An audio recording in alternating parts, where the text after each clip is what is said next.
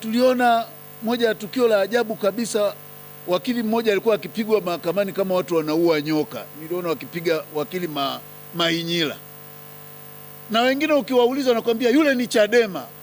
Hakuna kuwa Chadema kuruhusiwi wakili kupigwa, kwa sababu wakili huruhusiwi kuwa kiongozi wa chama cha siasa na ukawa kwenye governing council. Lakini ukiwa wakili wa kawaida, uko CCM sawa, uko Chadema sawa, vaa uniform za chama chako utakavyo, ili mradi usichanganye professional na chama chako.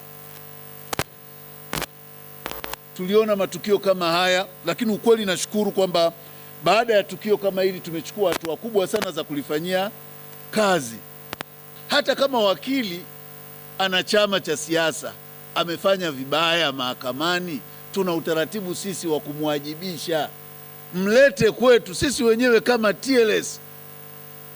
Na nilikuwa nikizungumza na jaji, niliwasilisha kwa jaji mkuu, na tulizungumza na mwenyekiti wetu Mheshimiwa Jaji mstaafu Makaramba kwamba kumekuwa na tendency ya sisi mawakili kujisahau kwenye nidhamu. Nilisema ili hatutalikubali, hata kama tunalindana, tusiumize wananchi. Tutaanza kuenforce very serious wale wote ambao walipewa maamuzi na hawataki kutekeleza. Hicho kikombe tutakunywesha tu, kwa sababu hii ni taaluma, lazima tuilinde. If we cannot self regulate, nani ataturegulate?